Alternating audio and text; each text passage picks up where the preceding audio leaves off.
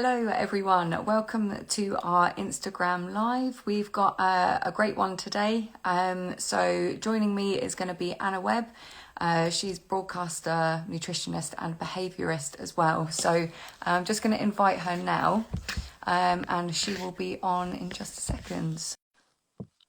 There we go. Hope you're all good and I hope you're all wearing your Christmas jumpers as it's Christmas jumper day. Hey Anna. Hey, I can put my antlers on if you like. There we go. There's Oh, a I bit of love your festivity for you jumper. guys.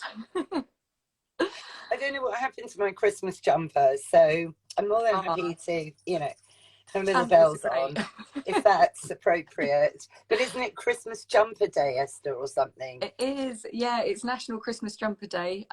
So that's why I've got this on. Nice bulldog, keeping with the dog theme. But Anna, how are you? I'm good. How are you? Yeah, good, thank you. I'm really excited to have you on a live with us. So for those of you who don't know Anna, Anna's a very well-known broadcaster and behaviourist and nutritionist as well. So really well known in the dog world. So Anna, did you want to tell us a little bit about how your passion for dogs started? How my passion for dogs started? Gosh, well, I grew up with dogs, so I've been around dogs literally all my life because my dad was a massive animal lover and he was a retired army officer and he was working for the RSPCA for their Shropshire branch when I was sort of, this big. Yeah. So animals and talk about animals had always been in the household. And obviously learning about, awful animal cruelty and neglect when you're quite young, it really, causes a reaction. It's ingrained in you. So that's really where it all began. Yeah, so I feel quite blessed really to, have had the experience of dogs around me from an early age. Yeah, absolutely. Because I mean, you've done so much with your career around dogs as well. Because I know you looked into behavioural psychology at some point when you were younger. Yeah, well, I did a psychology degree at Oxford Poly, back in the day, when it was still Oxford Poly. Yeah, it was such a great experience, being like we were known as the sort of, the thickos up the hill, compared to everybody at Oxford University, and they were down the hill. And, it was quite a cult place to go and study. So as part of that, behavioral psychology, is for people too, classical conditioning and operant conditioning, and then how these tactics are used to shape behaviors.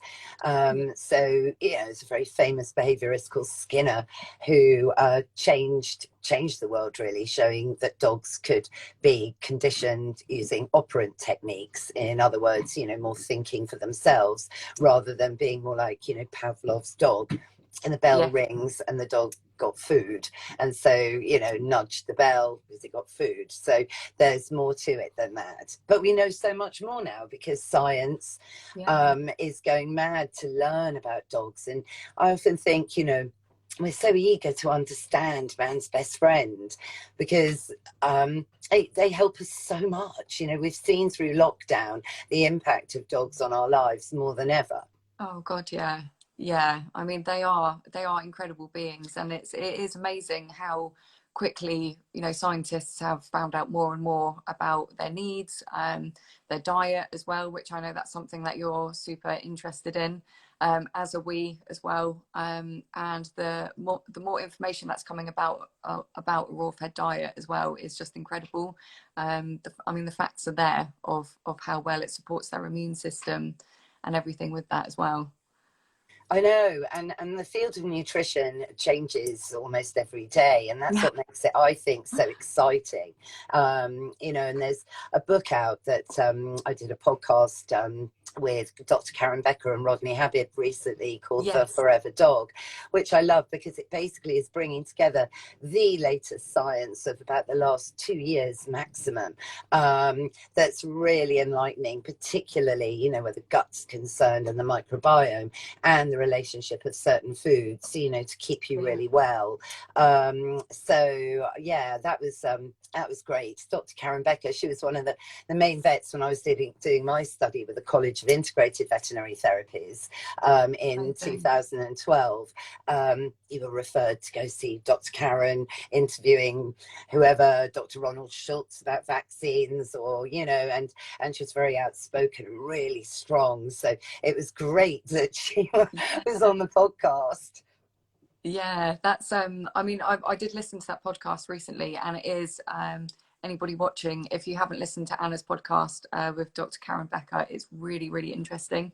Your podcast is available on Spotify and Apple Music and your website as well. Yeah, well, through the podcast platforms, you can access it through my website, but I would go to Spotify basically, and it's on all of them. There's millions of podcast apps, you know, and apparently we're on all of them. So wherever you tune into your podcasts. Yes, brilliant. Yeah, so anybody watching, definitely check out the podcast. We did a podcast with Anna recently, which was lovely. It's the one that's up live at the minute. Yeah, that was so good. Thank you again for doing that, Esther. Oh, thanks for having us. We really enjoyed it, and it was lovely to meet you and Mike as well. And just really interesting. I mean, it's always great to talk to like-minded people about the world of nutrition and raw feeding as well, especially as it's such a rapidly growing industry now. I mean, the pet industry is huge as it is, but more and more people are becoming aware of raw feeding and seeing the benefits as well. So it's really great to meet with people who understand it and appreciate it as well. Yeah, you're right. You know, things have changed so much. You know, when I always say, you know, back in 2002, when I took on Molly, my first dog, as a grown up, you know, on my own, it wasn't very easy to feed raw at all. I think people are so lucky now because there's so much choice and there's so many passionate people involved with the industry, creating raw food that's so easy to feed, with peace of mind that it's all balanced, it's all, the bone is ground finely, all the vegetables are freshly prepared and really minced up so they'll digest super easily. You know, all of this wasn't available then in 2002. So the markets really, that wasn't that long ago, you see. No. So, you know, so there's been a massive shift. And I really, you know, hope that this represents people getting it. And by getting it, I mean that a dog should eat how a dog is meant to eat. Because I do worry sometimes, Esther, you know, I see dogs being fed as vegans and people being very passionate about feeding their dog as a vegan, mainly when they're vegan themselves, you know. And I don't know about you, but I am a veggie, but I wouldn't dream of making my dogs vegetarian. No, I completely agree with you on that one, and it is definitely a worry. I know there are websites popping up who supply vegan foods for dogs, and it's it kind of goes against everything that they're made up of. I mean, dogs are carnivores; they are supposed to be meat eaters, and us, you know, we're suited to a plant-based diet. We can process vegetables and fruits and plants because our digestive system is made up for that, whereas dogs, it's totally different. So yeah, it is a worry of people who are trying to make their dogs vegetarian or vegan, because when you think about the dog, you know, ultimately chances are that they will end up with specific health conditions because they are going to be deficient in nutrients which are essential for their diet. So it's I'm hoping that people become a bit more aware of it, and this is why we do these sorts of things as well. And I know that you shout about raw on your radio shows as well, because it's only because we care about the health and well-being of dogs, because they are so precious to us. Well, exactly. Yeah. And they do need a lot of protein and they need a lot of fat and they need animal protein and animal fat. Because, as you say, Yeah, the protein in rice or barley or wheat, we can absorb that really well, but dogs can't. So, and it's yeah, over time, you'll see little things happening, itchy paws, gunky yeah, ears, dry skin, and then all of these things add up. Those are the external um, clues that your dog isn't operating at 110%, but of course yeah. no one can see what's going on inside. And Exactly. that's always the worry, but Yeah, and I just nothing gives me more pleasure, to see a dog munching on a marrow bone, yeah, 'cause the way they enjoy it so much and yeah. literally get totally, sort of zenned out by it, and they're pulling all the bits and meat off and getting all slobbery with all the marrow in the middle, and they're rolling it around, and that just features as part of enrichment really for them as well, which is a Definitely. whole other aspect where feeding raw meaty bones comes into the whole mix. Yeah, absolutely. And it's, one of those things. I think dogs who are fed on a processed food diet, you'll most often notice that they have problems with their teeth and bad breath as well, which seems to be quite a common one with those sorts of processed foods. But, believe it or not, chewing on a meaty raw bone can actually not only improve the health of their teeth and their gums as well, but actually can prevent bad breath, which is amazing, because you wouldn't think that chewing on raw meat or a raw meaty bone, but it actually does wonders for overall oral hygiene, which is great.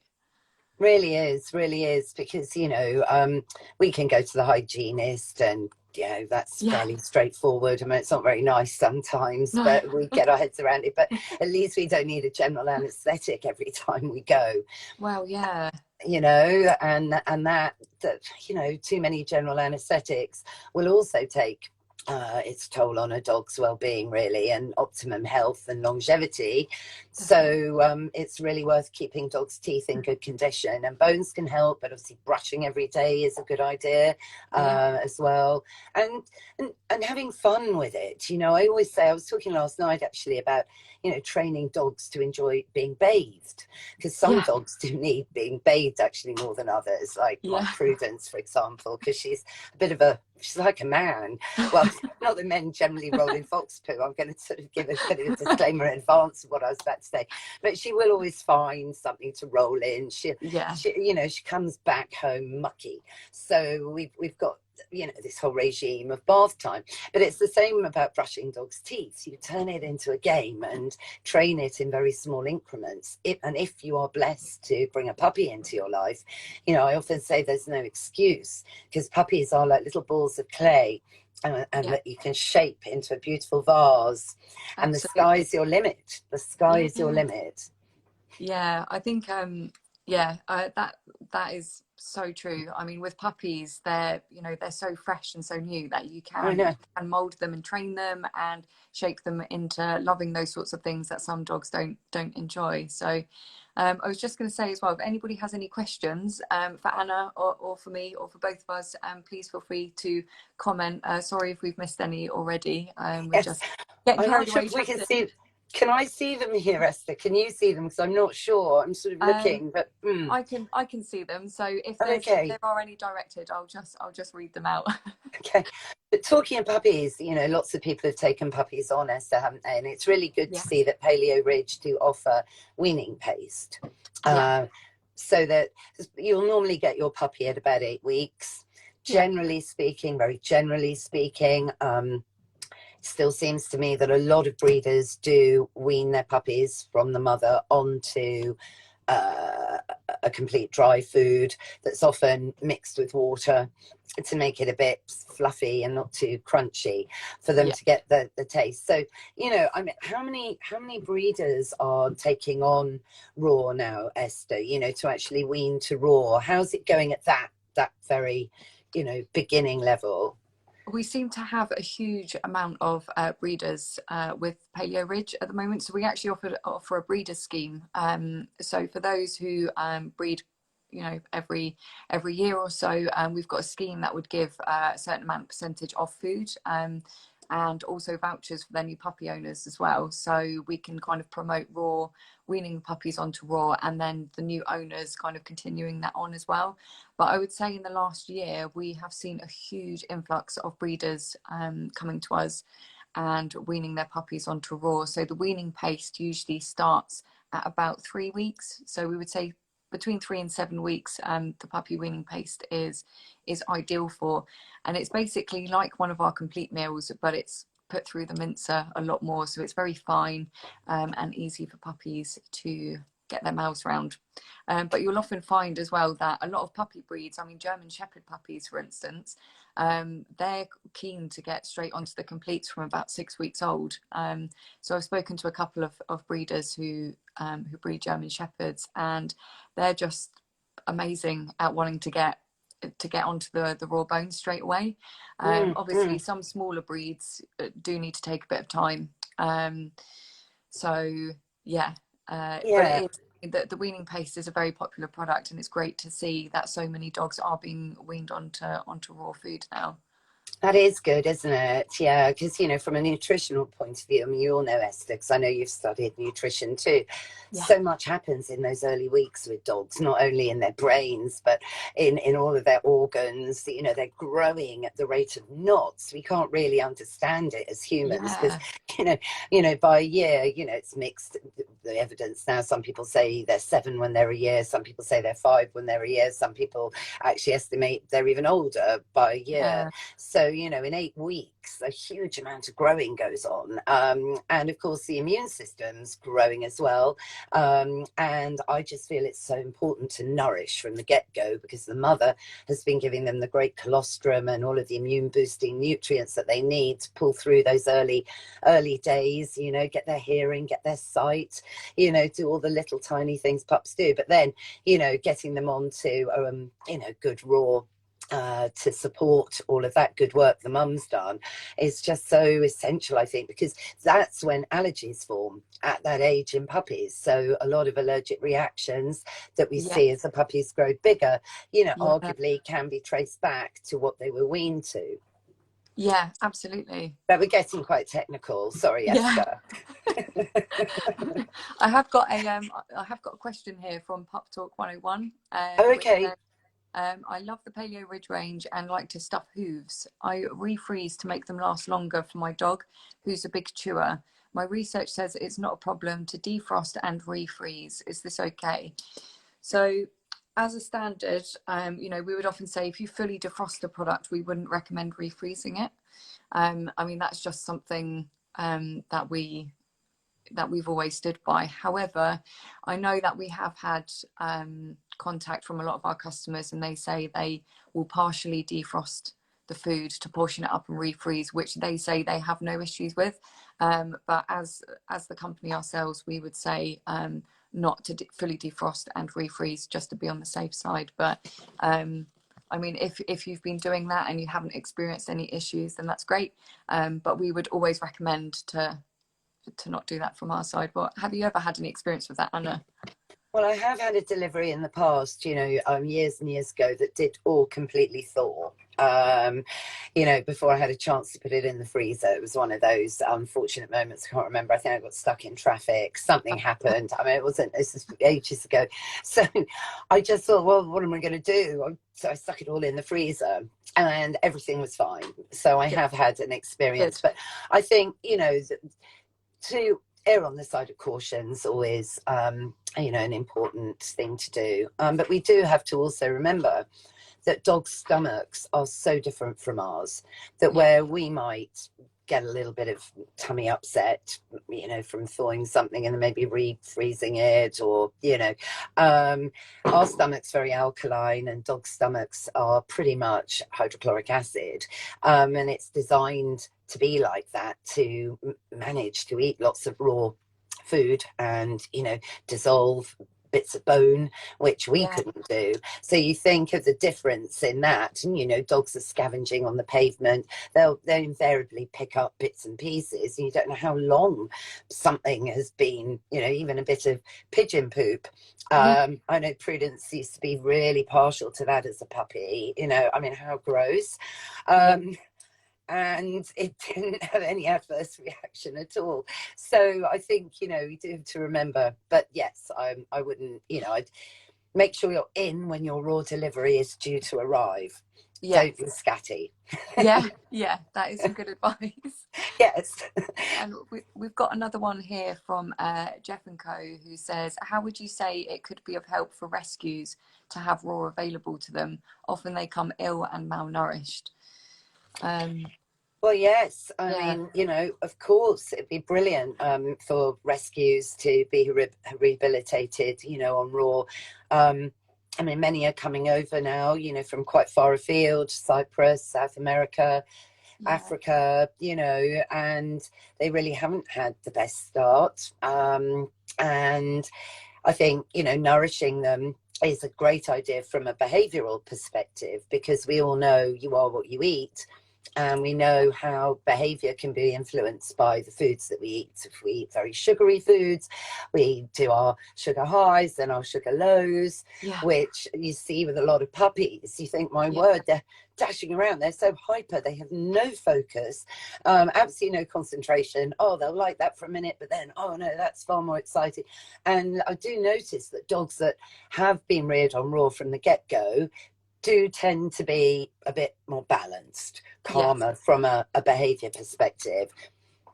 Yeah, definitely. And we've had at Paleo Ridge, I've spoken to so many people who've transitioned their older dogs and rescue dogs as well, who've come from, very horrible conditions, very malnourished, and they'll switch over to the raw diet, and the change in them. I mean, I've had people send me photos as well from the dog of when they got them and the kind of state they were in to when they switched over to raw.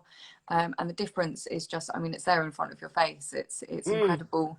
And with raw food as well, because it's all natural, they're getting all of the natural nutrients and vitamins. So for rescue dogs, I mean, it would be wonderful, if we were able to supply every rescue centre with raw food, we absolutely would. But I think it's something to look into, for the future, because these poor dogs are, incredibly malnourished, not well looked after, and to have raw food readily available for them, like you said, it would help with their behaviour. It would probably help maybe with finding them homes as well, if it would calm them down a little bit if they're a little bit all over the place from the experiences they've had. So exactly. And it's just about it being nutrient dense, and when you're trying to put on weight, humans putting on weight, you choose foods that are packed full of nutrients, be it eggs or cheese, or if you are a meat eater, good quality meat, rather than chocolate biscuits. So and of course, the investment in a dog's diet arguably will mean less trips to the vet. Exactly. Yeah, and that's it. I mean, it's the same with humans as well. If we really look after what we're putting into our bodies, cutting out processed foods and eating a really good diet, then our chances of going to the doctors is going to be a lot slimmer, because we know that a lot of health conditions can be spurred on by processed foods, and that's the same for dogs as it is for humans as well. And we've just got a question here from Sparkle 5025. And she says, hi, my daughter's sausage dog puppy eats her own poop. She has been on a raw food diet for a few weeks now, but is still doing it. Any advice? Have you ever had any experience with that from a behavioural view? Yeah, I have actually, and there's lots of theories for it. I mean, some say it is, lack of nutrition, and arguably to go to your vet and perhaps have a run of bloods done to check there's nothing lurking, behind the scenes. For me, I think it, in my experience, it was definitely a habit that was formed, and dogs do love poop. Whether it's fox poop, horse poop is the favorite. So it's something that dogs do quite like to do. So I would take your sausage dog out on a lead in the garden and get the business done, and then bring her back in. So there's no chance for her to go snooping around and eating her poop, so that you're training her out of the habit. Running out into the garden going, stop eating your poop, this is gross, I can't bear it, you're my little sausage monkey and you're eating your poop. That's simply going to reward the whole experience. So she's going to think, oh, this is fantastic. I'm eating my poop, mum's come running into the garden, I'm getting all this attention, and we're having so much fun, and now I'm running around the garden and mum can't catch me. And you've turned the whole poop eating experience into a great fun game. So a lot of it can just be a trained behavior, is what I'm saying as well. So I think, you know, try and crack the habit of it and see how that progresses. Brilliant. That is really, really good advice. I know that is quite a common problem with a lot of dogs as well, that they just, for some reason, just can't seem to keep themselves away from poo. Well, the other thing, it's an instinctual thing to cover up your tracks in case of predators coming around to smell, oh my God, you were here, you know. So it's going back a bit. That's why dogs will eat fox poo, they'll roll in fox poo so that they smell like a fox. And it's just this instinctual thing, even though they know, you know, they're not going to be eaten by a fox, most likely, in this day and age. Yeah, you definitely hope not. Yeah, let's hope not. And we've got another one here from Fur and Fables, who says, hi, I recently had my first delivery of Paleo Ridge and had a selection of complete and non.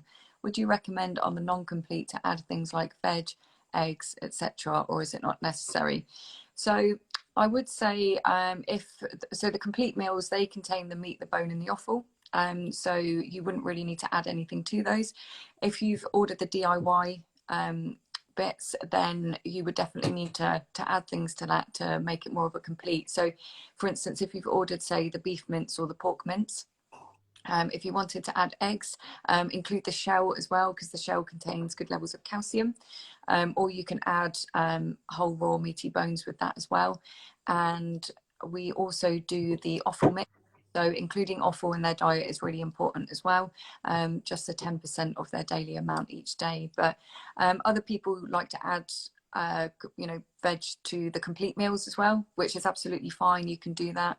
We would recommend around a kind of 5% if you were going to add any, between 5 and 10%, because dogs can't really process huge amounts of vegetables. If you're giving them large amounts, then they're not going to be able to take any of the goodness from it. So they'll take what they can from the small amount, and then they'll just get rid of the rest. So it becomes a bit of a waste. Yeah.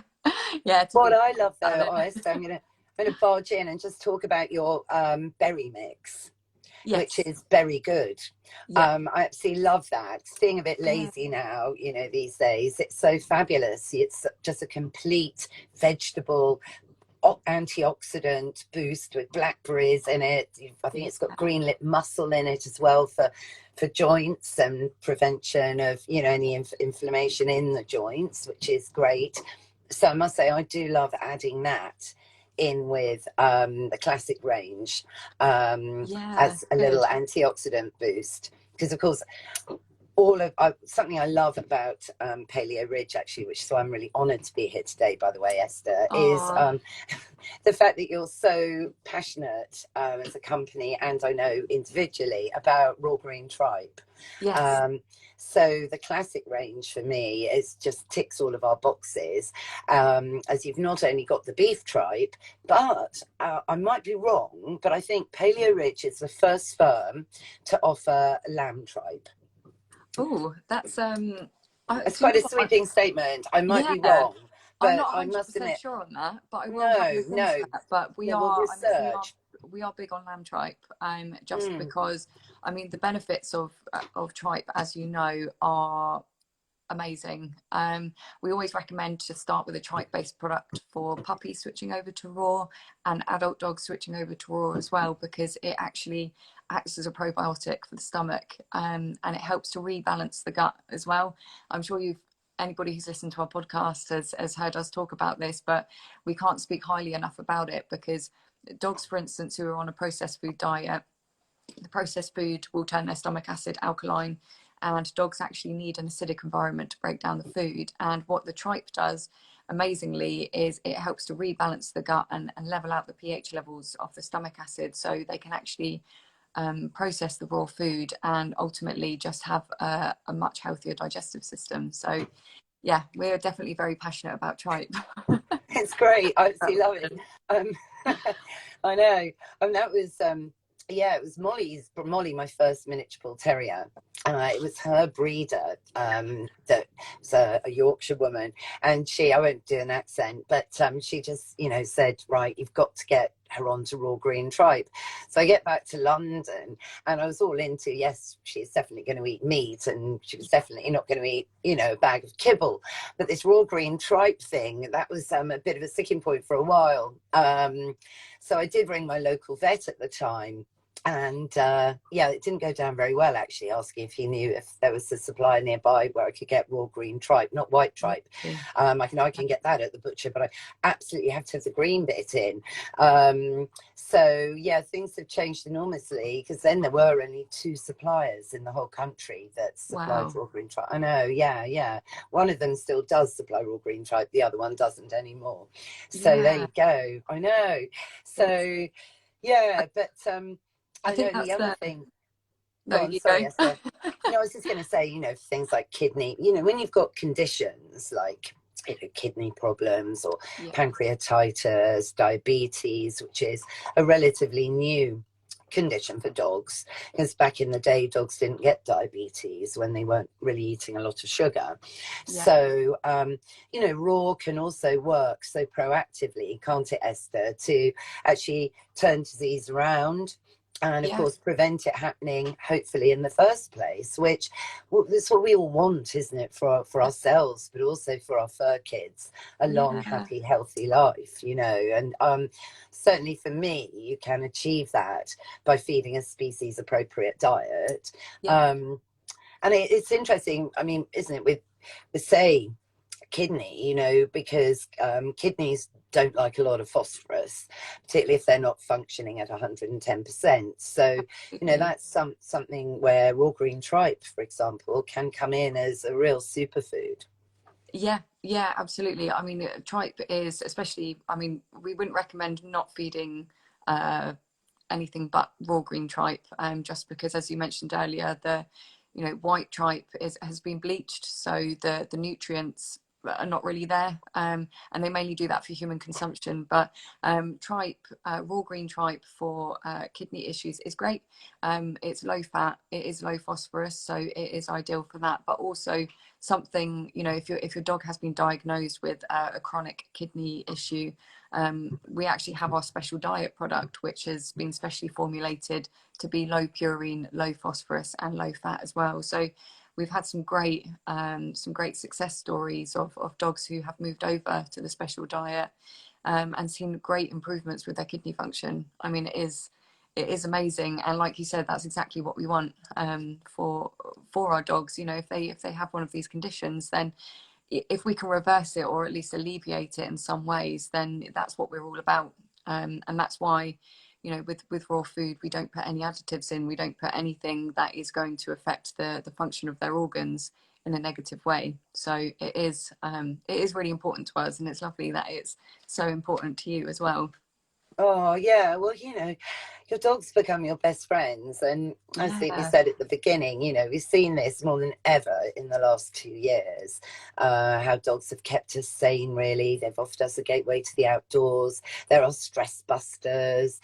There were times, dogs don't like it when you get stressed, and of course dogs can smell your cortisol levels going up and down, and it was never more plain to me than during lockdown, when I'd be getting a bit anxious, a bit just worrying about everything for no particular reason apart from the fact we were all locked up. And Prudence, my miniature bull terrier, she would just leave the room, as if to say, right, until you calm down and get unstressed, I so don't want to even be near you. And then, interestingly, when, I sort of thought, right, come on, let's go in the garden, let's play a game of fetch. She really, changed, and so Yeah, it just showed how sensitive they are to, you know, our absolutely. moods, and you know, and they do us, you know, they do us proud so much by keeping us Yeah, smiling, meeting new people, um and our constant companions. So you definitely. want them to live as long as possible, Yeah. really. For me, I would just call it sort of a technical no-brainer, really. Yeah, I mean, that's what it's all about is, you know, letting them have a long, healthy life. And that's why we promote Raw so much, to promote healthy dogs. And I've just got a question here from Oh, Michelle Mora, who said, we've been on Raw for 10 days now from Paleo Ridge. My dog oh, loves it, but my cat is very interested in having some. ah, Feed it to my cat. And the answer to yes. that is yes. We wouldn't recommend feeding the Paleo Plus products because they include a mixture of superfoods, which we've only kind of tested for dogs. So we do have, if you go onto our website and if you go to the shop section, you can filter by companion type. So if you select cat, and you'll see all of the products there, which are naturally high in taurine and Yeah. suitable for your cat. And Anna has started feeding Gremlin, her I cat, have Raw. actually. Gremlin's sitting behind me at the moment. So Gremlin's my cat who eats raw anyway, but you know, over the years I've made my own mix for Gremlin, which consists of raw lamb's hearts, raw Mm. kidneys, raw steak. I know. And no, Prudence. All right, hang on. If you like, okay, you can wear this. These are yours. I know. I borrowed them, Prue. There we Oh, are. look. There, that's better. Everyone can look at Prudence. It's much nicer to look at. That's right. Yeah, That's we're so on the festive. live. We're on Oh, the live, the Insta live. So this is Prudence, who has been fed raw all her life. So there. Yes, but cats do very well on raw. You know, I mean, something. Gremlin was a bit of an accident, really. He was a stray cat that moved in with us 10 and a half years ago. And oh, it's a long story, but I only had raw dog food in. So I gave him a bit of Molly's food, which was actually mainly tripe, which, you know, isn't the most meaty version to give a cat. yeah. But anyway, we've progressed to perfect his diet. So it's a mix of red meats, basically, but with a hefty load of lamb's heart in it, because hearts are full of all sorts of great nutrients, but particularly taurine, which is an essential amino acid protein that without which cats can't thrive. You know, they don't Yeah. manufacture it themselves, so you have to give them lots of taurine every day. So anyway, I was so happy because chopping up a raw lamb's heart every morning at about 6 a.m., you know, it's a bit of a yucky way to Yeah. start the day, putting it bluntly, particularly as a vegetarian, but I'll do it for my cat. Yeah. But basically, we love the lamb's breast and the lamb's heart variety. And Gremlin is quite partial to it, Esther. So Good. I'm really hoping to transition him 110% onto Yeah. it, because that would just be so lovely not to have to chop up a raw lamb's Oh, heart every morning. yeah. That's not how you want to be starting your Esther, day, really. no. But in that variety, there's enough taurine, isn't there, for a cat with Yeah. the lamb's breast meat and the lamb's heart. Absolutely. Yeah, that one is definitely suitable for cats. And I mean, with cats, cats are funny creatures because they are creatures of habit. So if you start a kitten on raw food, they will eat raw for the rest of their life, and that's great. Trying to transition an older cat. So there was, I think it was Raw Pet Medics on Facebook, which is Connor Brady, Brendan Clark, and Nick Thompson, and they did an episode talking about cats and feeding them a raw diet as well. And apparently, with an adult cat, they've only got a 10% chance of switching to raw. Or switching their diet in general, Wow. just because when they're kittens, what they're fed as a kitten is what they would want to eat for the rest of their lives. For most cats, not all cats, you will get the lovely ones who will eat everything and anything. But my cat, for instance, she's 9 years old, and I've tried to transition her to raw a couple of times now, and she's just not having any of it. I Which, know, no. which is a shame because I would love her to be on a raw diet, but she's just too stuck in her ways. and I will keep trying, just, you know, on the off chance that she might change her mind. But it is a bit more tricky with cats. It is more tricky. It is true. And that is exactly what I was taught, that they get addicted by 6 months. Yeah. So if you get the window before 6 months, which quite, you know, by chance, I did get with Gremlings. He arrived in my garden aged about 4 months, according to the vet. I know. And he wouldn't leave the garden. And then he fell in love with my bull terrier, Molly. And it's a very long story, but they became best friends. So, yeah, so he stayed. And yes, I managed to get into that window before 6 months, which I didn't even know about at the time. And so he's good. He's good on Raw. His teeth are white as white at 10 and a half, and he's never had a dental or anything. So yeah, fingers crossed, you know, because cats are also so special. You know, I'd underestimated cats, I think, for quite a big part of my life. And I know you love your cat looks a bit like Gremlin. He's a tuxedo, isn't he? Yeah. Yeah, they're both black and white cats. Because, I mean, to be honest, before I had MJ, I'd not had a cat before, and again, I had the same opinion, that I didn't really understand how absolutely wonderful they are, and I don't think it's until you have one you understand they've got big personalities. But I've got a question here from Kalade, which says, I think this is going back to our conversation of lamb tripe. And he said, speaking of lamb tripe, how do you deal with the smell? I can't tell you how common this is with us. And lamb tripe absolutely stinks. And although it is really nutritious, and I can't tell you how offensive the smell can be of lamb tripe. I mean, it is the lining of a stomach, which is where all the food processes, you know, the food is processed there. It starts to ferment in the stomach. So you know, it's not very nice. And where we don't bleach the tripe, because that gets rid of all the nutrients, it has this awful smell, but it's so nutritious. But you get used to it. You know, I say this to people, look, you know, lots of things don't smell very nice, but you do get used to it. There's something quite reassuring about the smell of raw green tripe after a while. But, you know, you've got to be very sensible about how you store raw, haven't you, Esther? I mean, you know, you do need good Tupperware containers. You need to keep the raw in there, you know, all sealed up. So then any smell of raw green tripe really, you know, doesn't waft around. There's a moment when you're just serving. But I find, seriously, it doesn't stay in the bowl long enough to really create that much of an aroma, because it's in the dog's stomach before you can really say raw green tripe.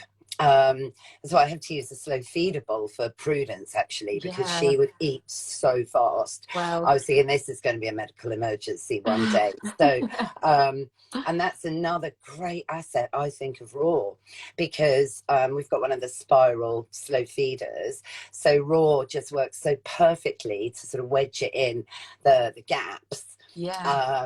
That it's another asset really for feeding Raw, that you can make your dog eat slowly and stop too much air getting into the stomach at the same time, causing bloat, which is you know, not a very good thing for dogs to go through, is it, Prue? So but there's what I love as well about Paleo Ridge, Esther, is, you know, your ethics, your commitment to the environment, particularly with your packaging, which, you know, is so eco and recycled, and I think it's, you know, it's your commitment, isn't it? It's everyone's responsibility now to do their bit. Well, absolutely. I mean, it's, you know, there's so much plastic packaging out there, which is just, I mean, we see it in the supermarkets with our food. It's absolutely everywhere. And whilst it's really cheap to use, it has such a damaging effect. And it's been really important for us to try and cut back on plastic as much as possible. I mean, even to, you know, keeping the food frozen in transit as well. We know a lot of companies use polystyrene boxes, and we used to use the same as well. But if you're ordering huge amounts of food and you've got all of these polystyrene boxes stacked up, it just becomes a nightmare. And if you've got plastic tubs as well, plastic that can't be recycled as well, it just causes a massive issue. I mean, all that landfill. Landfill is just awful. So we have worked really hard over the last few years to try and, you know, find packaging that that works, you know, that works well when frozen, that works well in transit as well. I mean, the Walkall insulation that we use is like a godsend. It's wonderful, because we can recycle it. So we have a scheme where people can send it back and we'll reuse it if it's undamaged. And we'll arrange to collect it from people as well at free of charge for them, so that we can, you know, Gosh. yeah, it's just to help people, you know, help the environment. So rather than getting rid of all of that and wasting it, we can reuse it. And I mean, the packaging itself, the classics range, you know, comes in recyclable sleeves as well. I mean, even down to the ink that we use on it, it's all vegetable based.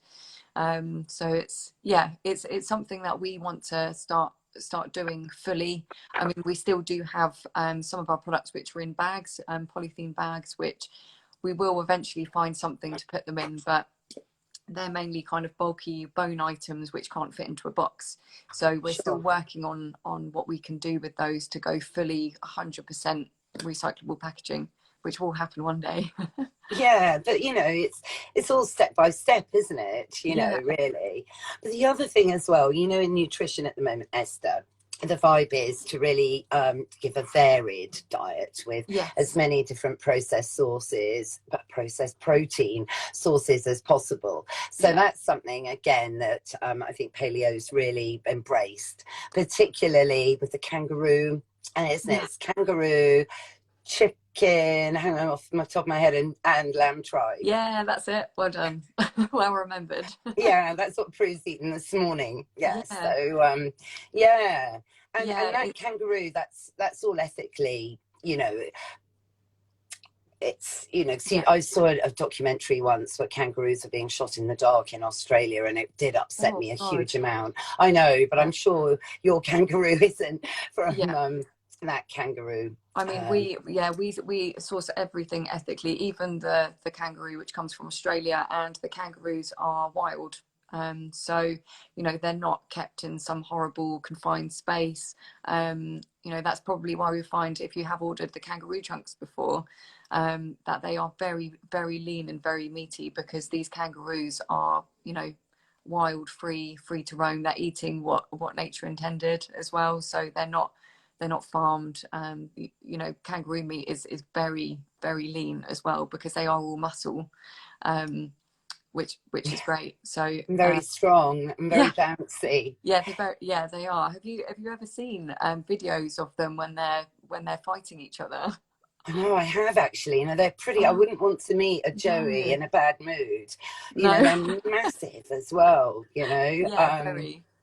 But that's an important concern, isn't it? You know, the sourcing of the meat that goes into your dog's bowl, because we know, you know, that industrial farming means that, you know, a lot of antibiotics are used in the process, as rather than, you know, thinking preventatively with some livestock. It's almost a routine aspect. You know, we don't want them to get ill, so, you know, let's add antibiotic to their feed. And of course, this will go through the food chain, and that I know some people are quite concerned about that in feeding for. Yeah, I mean, it has a huge knock-on effect. So animals that are constantly fed antibiotics and all sorts of chemicals to try and keep infections and stuff away from them. Even when us as humans eat that, or dogs eat that, you know, we're ingesting those chemicals as well, which can then lead to signs of intolerances.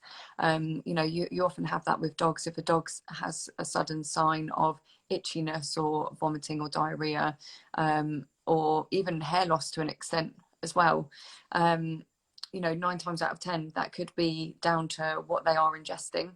And if they're ingesting cheap meat which has been pumped full of all of these chemicals, then that's unfortunately what can happen. So for us, you know, we want to promote healthy dogs, so that's why that we ethically source all of the meat. You know, we do visit the farms and abattoirs on a regular basis to ensure they're keeping in line with our ethics as well. Because ultimately, a dog who's eating a chicken that's organic and free to roam, you know, running around, absorbing vitamin D from the sun, ultimately, if a dog eats that, they're going to be far more healthier than if they eat a chicken which has been kept in a cage and fed antibiotics and grains and all sorts of horrible things. So No. yeah. Yeah, and I had a good life, Yeah. where as well. No, it's so important. I mean, that adage, "You are what you eat." Yeah. It's so important. Bruce wants to go down now. Hang on. There we go. I've got a question here. Okay. Yes. Another one from Fur and Fables, which says, does how a dog smell to other dogs depend on what they are fed? My 2 whippets get overly sniffed by dogs constantly to the point where they are followed. Have you had any experience of that before? Not specifically. I mean, I'm sure, No. a bit like, I know that dogs fed raw generally don't smell as doggy as dogs that are fed on a processed diet. Yeah.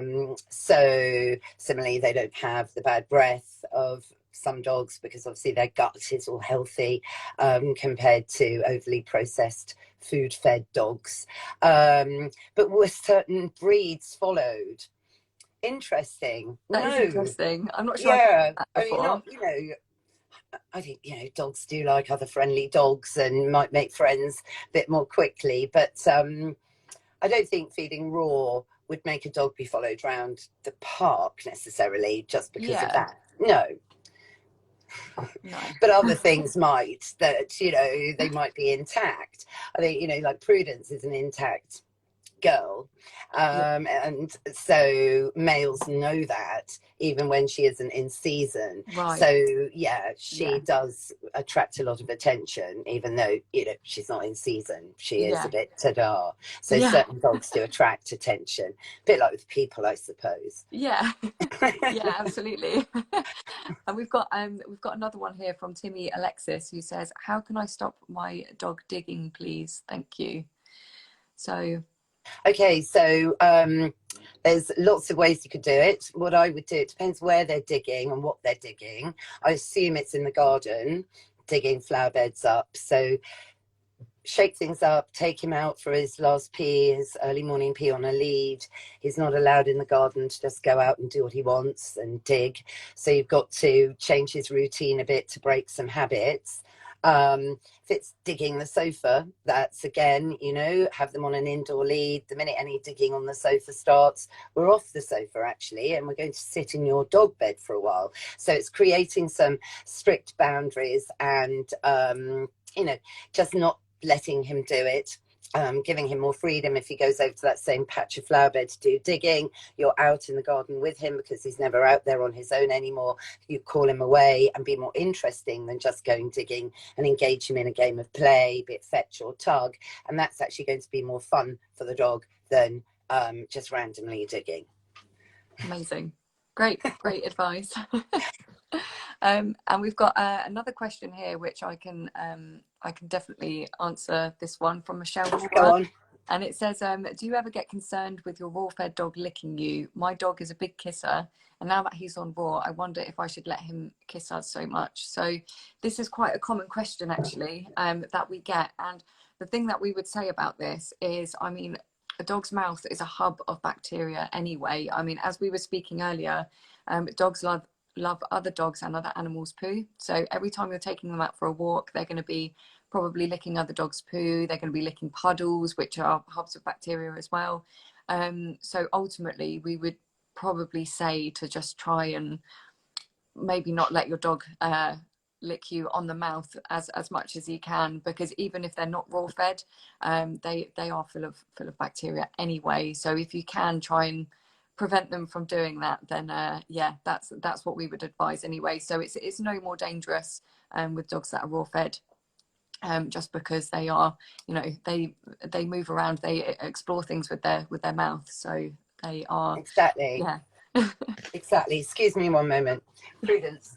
No, I'm going to wear your antlers. You're not going to trash them. Talking of things going into mouths, that was going to be the end of our Christmas prop, Prudence, there for a second. No, it's true. You've got to be careful. You need to apply common sense, don't you, really, Esther? I think. Yeah. Yeah, definitely. Well, I can't believe that we've been talking for nearly an hour already. It's Oh gone my so quick. God. I mean, we can just talk about dogs and nutrition and everything for so long. So I don't know if there's anything that you anything else that you'd like to talk about from your side. Well, gosh, no, I mean, no, just to be aware, everyone, of what you feed. You know, you Yeah. really, you want your fur kid to be with you for as long as possible. And, I just feel feeding a raw, balanced, complete diet is a ticket to ensure optimum health. It really is as simple as that, really. And, I'm just delighted to, be invited today to Oh, chat and sort of, endorse feeding raw, because it's something I've been extremely passionate about for the last 20 years, which I can't believe it's actually 20 years, but it's amazing. I know it will be next April, 20 Yeah. years. Gosh. Well, And it is amazing, and we're so happy to have had you on our live today. And hopefully, hopefully we'll do some more, together in the future. yeah, it'd be fun. It'd be absolutely brilliant. Yeah, Just another tip, on teeth. Just very quickly wrapping up, perhaps on that. yeah, Feeding raw will help keep your dog's teeth white and healthy, and again minimize vet bills of regular dentals. So really, it is just a win-win. yeah. It What is. can I say? It is absolutely, and it's so. I mean, it's just so great to have more and more people shouting about feeding a raw diet. And the fact that you've fed raw for over 20 years is incredible, and that you've actually seen, firsthand the benefits that it brings as well, which is Yeah. wonderful. Oh, no, thanks, Esther. And as I always say, you'd never feed your rabbit on a steak. Yeah, So anyone thinking or still a bit confused as to why, a bag of food isn't as good as a nice, bit of frozen lamb's tripe, just think about that. yeah, You'd never feed your rabbit on a steak. yeah. Absolutely. I love that terminology that you use. It's great. um, But listen, we've all got to get into the Christmas spirit, and you've got a Christmas dinner out. Yes, so yeah, we've got our works due next Saturday, which will be nice. Hopefully, it's still going ahead. I know there's new restrictions in place, I know, I know. which is a shame, but hopefully it still goes ahead. But we'll just have to take it day by day. And are you all prepped and ready for Christmas? Well, not quite. We've got our antlers, and Prue's got her elf hat, which is her Oh, lovely. signature. Yeah, she likes being an elf. It suits her. No, we've got to get organised on that. But Christmas trees, you see, I can't have one. It's a shame. Oh, Not with a 7.5 kilo cat that would like to climb up.